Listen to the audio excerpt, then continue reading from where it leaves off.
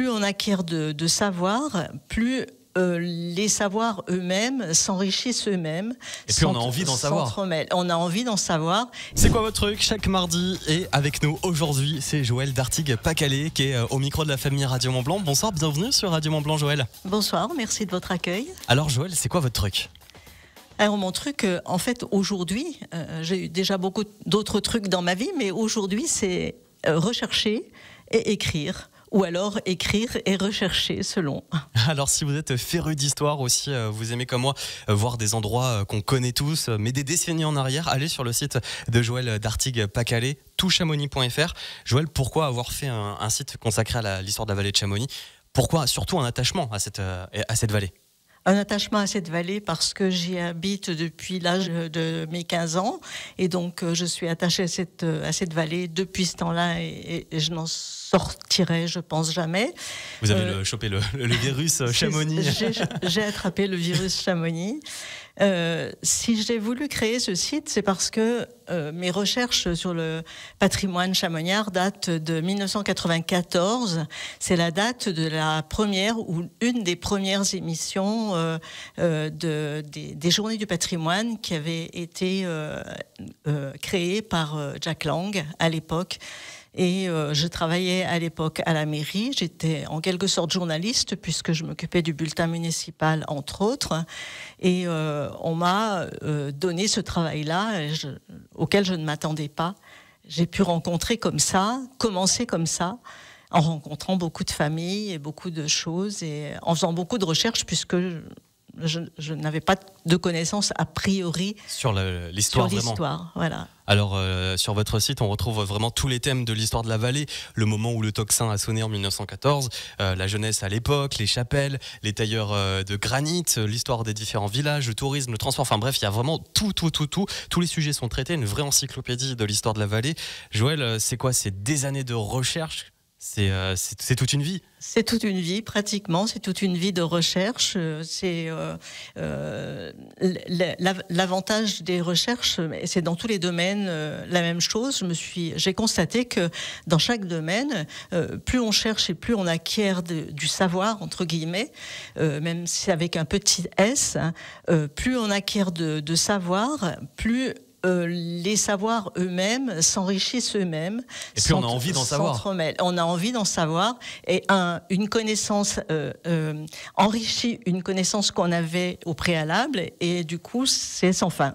On n'arrête pas. Vous commencez par un article qui amène un autre article, qui emmène encore un autre article. Exactement. Et c'est quoi? Vous avez rencontré des personnes, c'est des témoignages? Alors j'ai des témoignages, il y a beaucoup de livres déjà qui sont parus sur la vallée de Chamonix, c'est énorme, les bibliothèques sont vraiment très très riches, les bibliothèques locales sont vraiment très très riches de textes qui ont été écrits par des écrivains patentés et d'autres par des amateurs aussi. Et il y a également dans les familles des tas de documents, des tas d'archives familiales qui sont sauvegardées entre guillemets par les familles. Et j'ai la chance d'avoir été reçue très aimablement, toujours très aimablement par ces familles chamoniardes que je remercie et à qui je dédie du reste ce site que j'ai ouvert aussi pour ces personnes-là qui m'ont reçu et qui m'ont ouvert leurs tiroirs et leurs armoires. Alors je rappelle, Joëlle Dartigues-Pacalé est au micro de la famille Radio Mont Blanc. Elle est notamment la fondatrice de ce site toutchamonix.fr, une vraie encyclopédie de l'histoire de la vallée. Alors justement sur ce site, on y retrouve toute l'histoire et les anecdotes de la vallée, mais il y a aussi une grosse partie qui est par exemple un onglet dédié au transport. Parce que c'est vrai que le transport, ça a été une ouverture énorme pour la vallée de Chamonix. Le transport a été une ouverture énorme, c'est vrai, mais il ne faut pas oublier quand même que le site, le Chamonix, les glacières, comme on disait à l'époque, ont été découvertes en 1741. Ça va faire 300 ans bientôt, quand même. Il n'y avait pas le train à l'époque. Il n'y avait pas le train à l'époque, et néanmoins, depuis Genève, on voit le Mont Blanc. Les Anglais, les Britanniques, au cours de leur grande tour, ont découvert le Mont Blanc et ont voulu aller voir de près ce qui s'y passait. C'était aussi le siècle des scientifiques qui voulaient savoir ce qu'était ce truc tout blanc là-bas à l'horizon. Ouais. Et Chamonix a été connu d'abord par ce biais-là. Comme Saussure, par exemple, avec le Mont Blanc, avec par Alma. exemple. tout à fait. Et puis, le train, bien sûr, a amené, comme partout, à désenclaver des tas de régions en France, puisque là, du coup, c'est la France. Hein, on n'est plus dans le royaume sarde, on est vraiment en France. Le train a désenclavé des tas de petits villages partout en France, et le train est venu jusqu'à Chamonix, a même passé le tunnel du Montet et démontait et rejoint le train en Suisse. Voilà. Alors, le transport, hein, quelque chose de très important pour la vallée de Chamonix, ça a apporté également le tourisme après les Suisses et justement tout ce côté scientifique. Alors, en plus de ce site internet touchamonix.fr, où on retrouve toute l'histoire de la vallée, vous êtes aussi autrice. Vous avez fait de nombreux ouvrages et vous avez notamment sorti un livre sur les alpages. Pourquoi ? Oui, alors les alpages, c'est un petit coup de cœur déjà, personnellement. Je trouve que on a appelé les personnes qui travaillent en alpage, on les a appelées à juste titre les jardiniers de l'Alpe. C'est un titre que j'aime beaucoup, qui est tout à fait juste, parce que le bétail contribue en paissant, contribue bien entendu à la beauté des paysages, et les nombreux alpages qui entourent, qui cernent, qui couronnent, je devrais même dire, la vallée de Chamonix, ont fonctionné énormément, ont été plus ou moins laissés en déshérence, et puis du coup reprennent un petit peu leur activité. Et je m'en réjouis parce que c'est un vrai bonheur que de se balader en moyenne montagne et d'y découvrir des troupeaux. Voilà. Et ça fait partie également de notre territoire, de notre paysage, comme vous l'avez si bien dit. Tout à fait. Alors, il s'appelle comment ce livre ? Il s'appelle Les alpages de Chamonix. Les alpages de Chamonix, à retrouver dans toutes les bonnes librairies. Et vous avez aussi consacré un de vos livres à un métier très important. Et on l'oublie parfois. Pourtant, ce matin, par exemple, ça a été un des métiers qui nous a permis d'aller au travail. C'est déneigeur.